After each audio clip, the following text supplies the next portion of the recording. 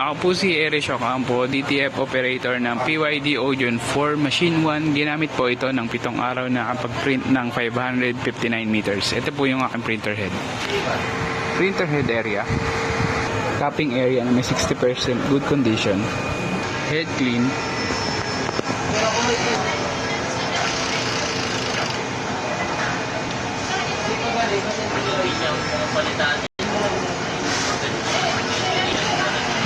Ito naman yung nozzle check. Ink system tama lang. Waste tank last disposal ay kahapon. ABR, intact yung ground wire. Ayan. In use ink. Stocks po ng DTF ink. CMYK na lang meron kami. Wala na po kaming white.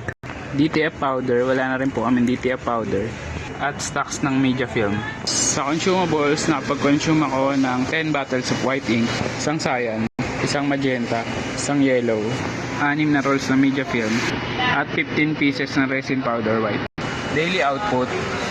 At ito naman yung checklist, and that's it for this week's update. Bye!